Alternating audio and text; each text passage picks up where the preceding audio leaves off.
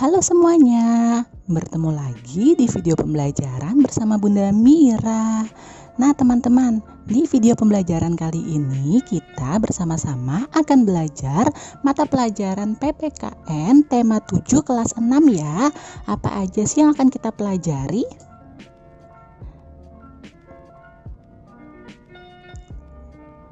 Materi pembelajarannya yang pertama, penerapan nilai-nilai Pancasila.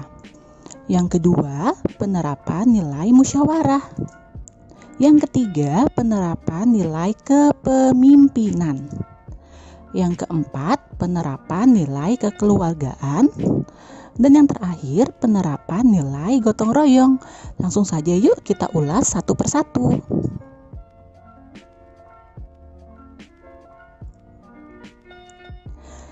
Materi pertama yaitu penerapan nilai-nilai Pancasila. Teman-teman, kita di semester 1 sudah belajar tentang penerapan sila-sila dari sila pertama sampai sila kelima Pancasila. Nah, di sini Bunda akan mengingatkan kembali ya untuk sila pertama yaitu kepercayaan dan takwa kepada Tuhan Yang Maha Esa sesuai dengan agama dan kepercayaannya masing-masing. Yang kedua, beribadah sesuai agama dan kepercayaannya tersebut dengan dilandasi ketakwaan kepada Tuhan. Yang ketiga, saling menghormati pemeluk agama dan kepercayaan yang berbeda-beda.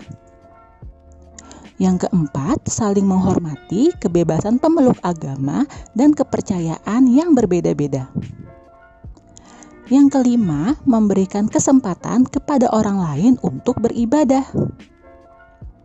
Yang keenam, menjaga ketertiban dan keamanan ketika menjalankan ibadah. Dan yang terakhir, bekerja sama antar umat beragama untuk kepentingan umum.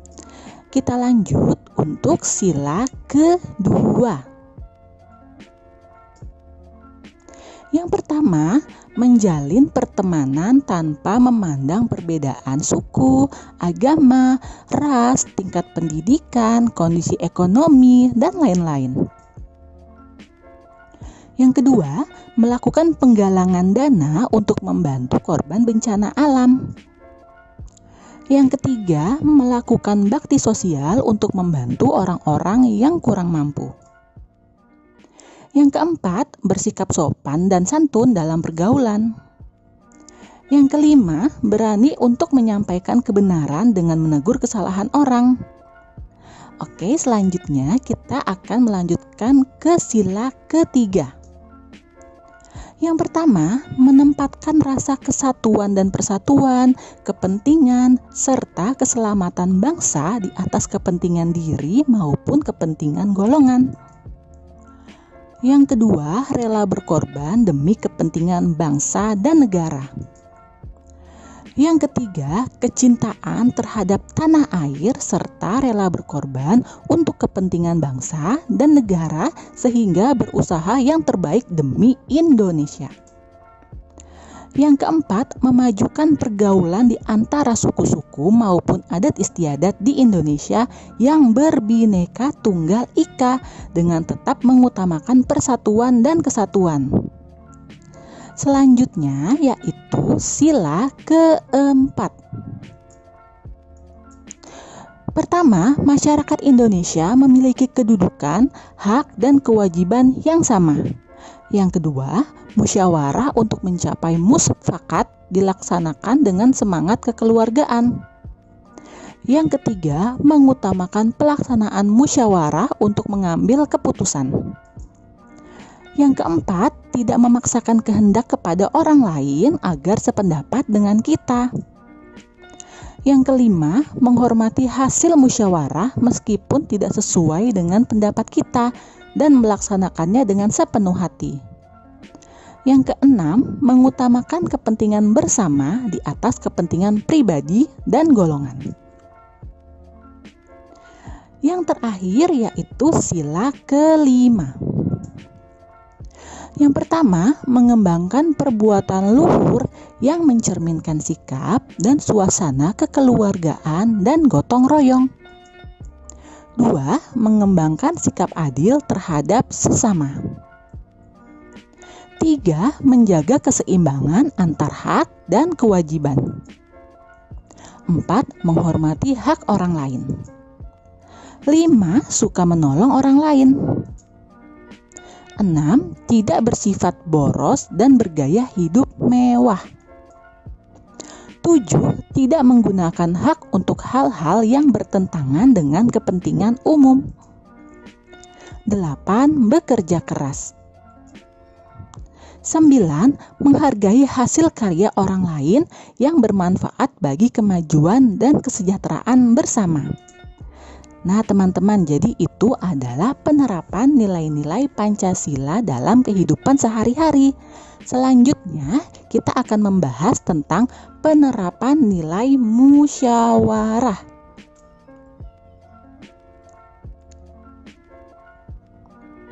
Menurut Wikipedia, musyawarah adalah suatu upaya bersama dengan sikap rendah hati untuk memecahkan persoalan atau mencari jalan keluar guna mengambil keputusan bersama dalam penyelesaian atau pemecahan masalah. Nah, untuk musyawarah teman-teman terdapat beberapa nilai penerapan. Yang pertama, mengatasi dan memecahkan permasalahan dengan jalan musyawarah untuk mencapai mufakat. Yang kedua, saling menghargai perbedaan pendapat masing-masing pihak yang bermusyawarah.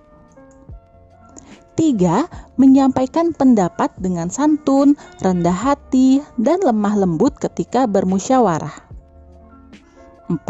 Tidak memaksakan pendapat sendiri ketika bermusyawarah. 5. Melaksanakan hasil keputusan musyawarah meskipun berbeda dengan pendapat sendiri. Nah, jadi itu tentang musyawarah di kehidupan sehari-hari teman-teman. Sekarang kita lanjut ke penerapan nilai kepemimpinan.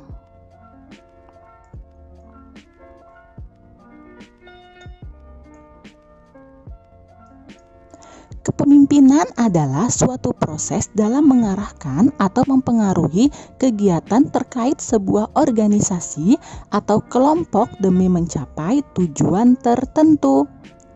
Nah, teman-teman, untuk kepemimpinan ada nilai-nilai yang harus diterapkan dalam kehidupan sehari-hari. Yang pertama, bertakwa kepada Tuhan Yang Maha Esa. Yang kedua, memiliki potensi dan etika yang baik. Yang ketiga, bertanggung jawab. Yang keempat, bijaksana.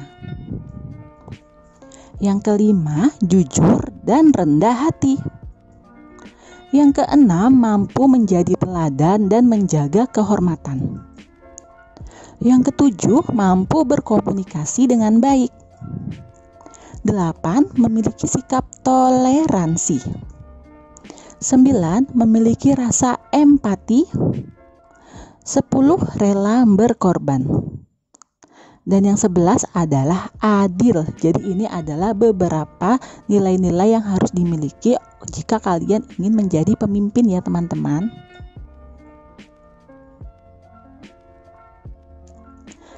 Selanjutnya yaitu penerapan nilai kekeluargaan.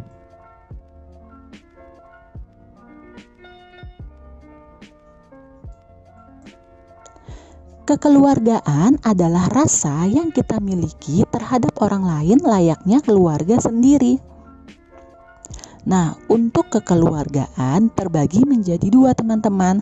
Ada penerapan di masyarakat dan ada di kehidupan sehari-hari. Kita bahas satu-satu ya. Yang pertama di masyarakat terlebih dahulu.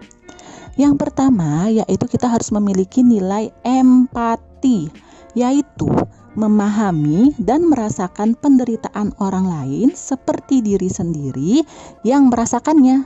Adanya empati antar sesama akan menimbulkan sikap ingin berbuat sesuatu untuk meringankan penderitaan tersebut, teman-teman. Nilai yang kedua yaitu keberanian, tercermin pada kesediaan untuk melakukan hal-hal yang sulit demi orang lain. Yang ketiga yaitu nilai kesetaraan, yaitu rasa percaya bahwa setiap orang berhak mendapatkan hak yang sama serta berhak diperlakukan dengan hormat tanpa dibeda-bedakan. Yang keempat, nilai keadilan, yaitu sikap atau tindakan yang dilakukan secara seimbang dan adil. Yang kelima, yaitu nilai kemurahan hati, misalnya ditunjukkan dengan memberikan bantuan, baik materi maupun non-materi, seperti bantuan dalam bentuk waktu dan tenaga. Yang keenam, ada nilai tolong-menolong, yaitu pertolongan yang diberikan kepada orang lain untuk meringankan bebannya sehingga mendekatkannya hubungan menjadi seperti kekeluargaan, teman-teman. Dan yang terakhir ada menghormati dan menghargai orang lain, yakni dengan saling menghormati antar sesama sehingga timbul kenyamanan dalam hidup dan menghindarkan terjadinya perselisihan. Nah, itu adalah nilai-nilai yang dapat diterapkan di masyarakat. Selanjutnya, di kehidupan sehari-hari. Yang pertama, ada selalu tolong-menolong terhadap orang lain yang mengalami musibah. Yang kedua, berteman dengan semua teman tanpa membedakan suku, bangsa, dan agamanya. Yang ketiga, bekerja sama dengan gotong royong membersihkan lingkungan. Yang keempat, saling menghargai pendapat orang lain.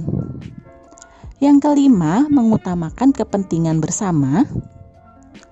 Yang keenam, bermusyawarah untuk mencari mufakat.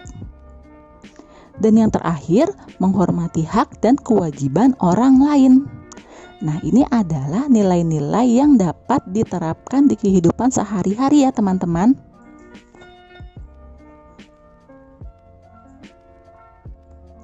Selanjutnya, yaitu penerapan nilai gotong royong.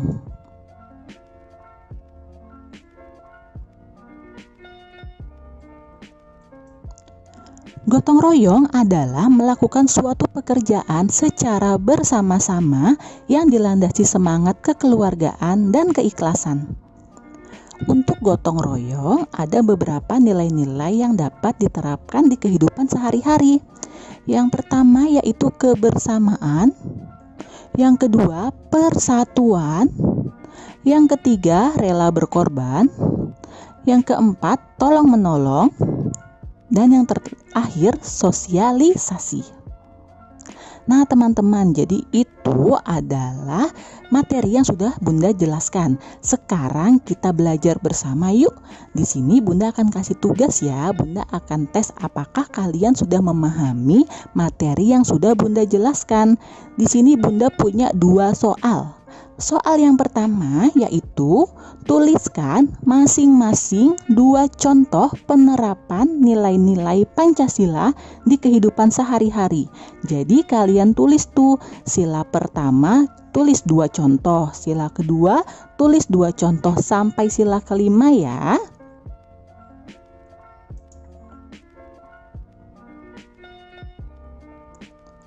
Lalu soal kedua, tuliskan pengertian dari poin di bawah ini sesuai dengan penjelasan yang telah disampaikan sebelumnya. Nah, tadi kan Bunda udah jelaskan tuh pengertian dari ke-7 poin tersebut. Nah, kalian boleh pilih 5 dari 7 ini ya. Jika kalian lupa apa penjelasannya, boleh kalian tonton ulang video pembelajaran Bunda sebelumnya ya.